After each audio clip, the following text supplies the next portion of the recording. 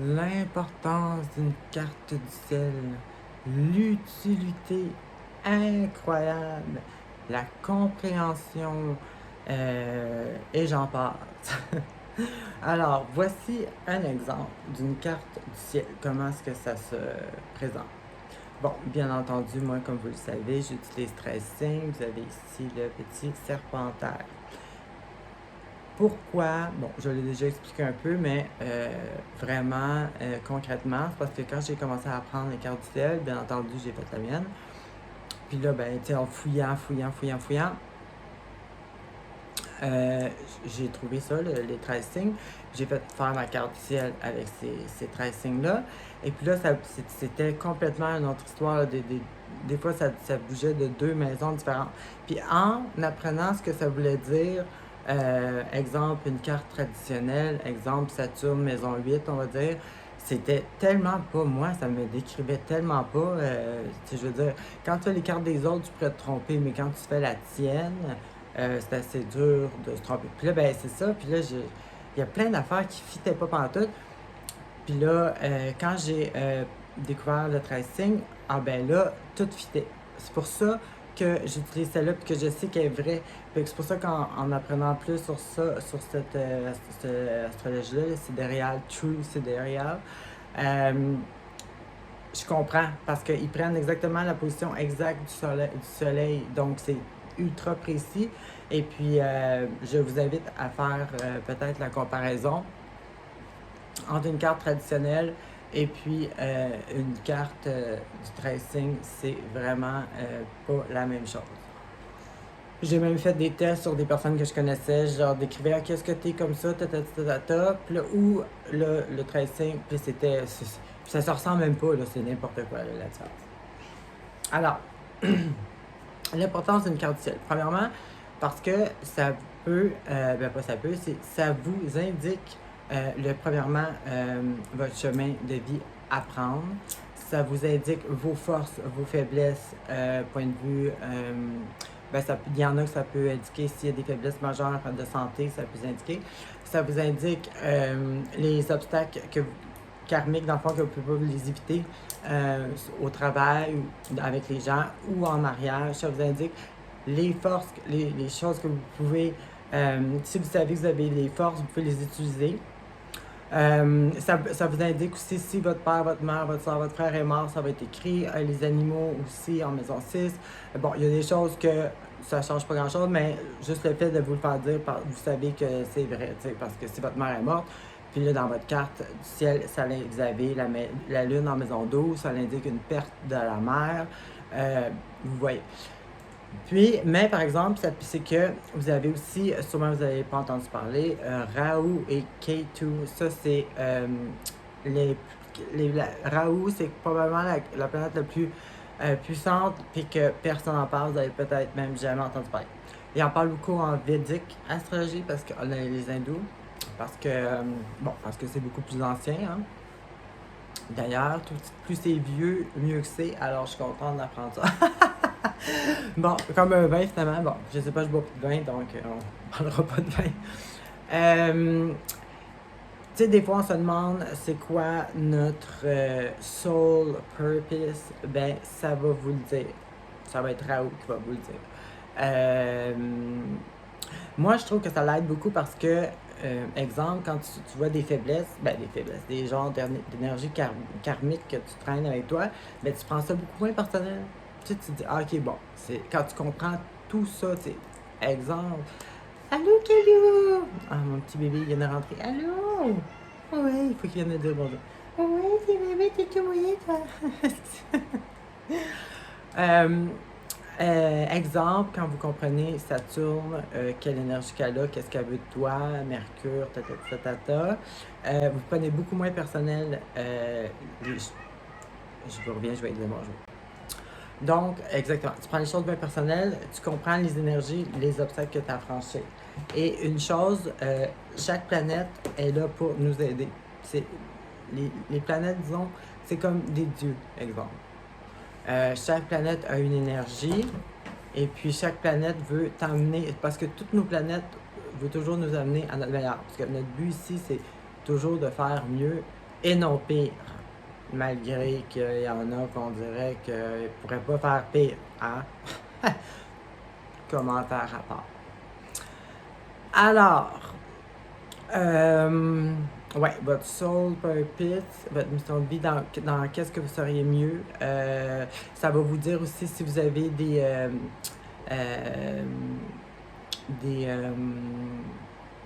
comment je peux dire ça? Tu sais, il y en a qui sont bons dans le spirituel, des guérisseurs, il y en a qui ça va être la clairvoyance, l'astronomie, l'astrologie, tout ça, ça se voit tout. Alors, c'est très intéressant de découvrir que la plupart beaucoup de choses dans notre vie qui sont écrites dans le cœur du ciel. Là où ça devient un outil, c'est par exemple, en ce moment, exemple, on a Saturne rétrograde, on a Pluton rétrograde, et puis on a Neptune qui va être rétrograde. En fait, ça va. Si, exemple, bon, ici, Saturne rétrograde en Verseau. Donc, le Verseau se trouve à être, je vois pas très très bien. Le Verseau se trouve à être la maison, mon Dieu, je vois rien. Bon, on va dire maison 8, on va dire. Si Mercure, si Verseau, le signe Verseau, c'est à maison 8, exemple. Bon, mais en ce moment, on a une Saturne rétrograde, ce qui est énorme. Bon, mais l'énergie de la Saturne rétrograde va être dans ta maison 8. Donc, là, tu sais que, bon, là, exemple, là, comme ça, bon, une Saturne rétrograde en maison 8, ça va te faire, exemple, tout ce que si tu avais des voyages à l'extérieur à faire, si tu avais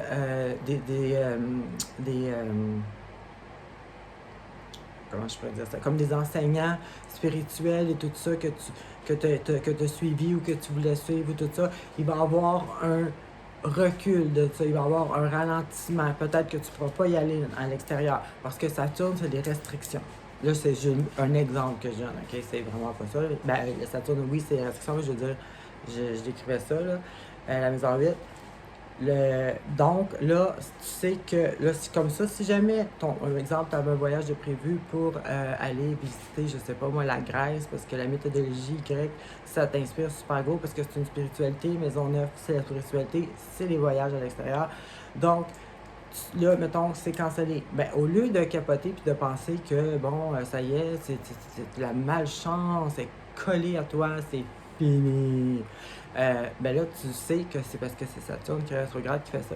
Puis pourquoi qu'elle fait ça? Parce qu'elle veut que tu repenses, elle veut que tu réanalyses. Est-ce que tu veux vraiment? Est-ce que tu as vraiment besoin? Est-ce que vous comprenez? Parce que Saturne est comme ça.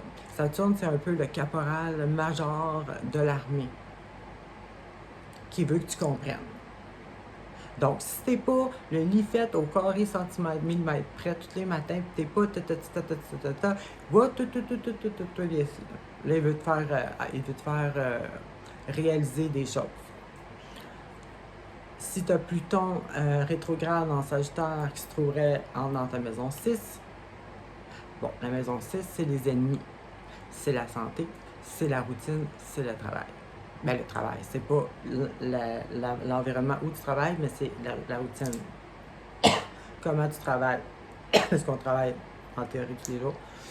Bon, là, ça c'est un petit peu moins intéressant, le Pluton rétrograde en maison 6, parce que les ennemis, Pluton adore faire sortir les coquerelles, moi c'est ça que je dis. Moi, je les aime toutes les énergies quasiment des planètes, mais j'adore Pluton, mais c'est parce que c'est ça l'affaire, c'est que quand tu comprends, c'est pas pareil, tu comprends-tu? Tu comprends-tu? Ça l'aide beaucoup. Fait que Pluton, tout ce qui est mensonge en dessous, sombre, il fait sortir ça lui. Parce que lui, c'est the truth, tu comprends? Et lui, il veut la vérité qui sort. Fait que là, exemple, si tu as Pluton en maison 6, rétrograde, là tu vois, bon, la merde s'en vient, les coquerelles vont sortir. Bon, hey, je te dis que c'est professionnel pour langage. Non, mais c'est ça, pareil, je suis sûr que vous comprenez. Donc, c'est ça. Quand il y a des transits, tu sais dans quelle maison, donc dans quel secteur de ta vie ça va être. Donc, les coups font moins mal quand tu sais qu'ils s'en viennent. les pleines lunes. Tu sais que, quand exemple, comme là on va avoir une pleine lune en Sagittaire qui s'en vient la semaine prochaine, bon, ben tu sais que c'est dans ta maison 2, mettons. Uranus qui peut faire qui peut choquer beaucoup. Bon, si Uranus est dans ta maison 5, à chaque fois il va y avoir un carré ou. Le pas ça, c'est les carrés qui font plus mal. Bon, mais tu sais déjà d'avance, tu sais pas exactement ce qui va arriver, mais tu sais dans quelle section de ta vie, tout ça. Fait que quand tu le sais, déjà en partant, moi je vous le dis par expérience, moi je fais ça toutes les semaines, puis je le sais, puis là, à un moment, des choses quand même assez dramatiques n'en viennent drôles à un moment donné. Tu sais. Parce que tu le sais que, exemple, tout le rétrograde de Saturne dans ta maison 6, ça va être avec les ennemis. T'sais. Fait que là, quand tu le sais, tu sais le coup, tu vois le coup venir avant.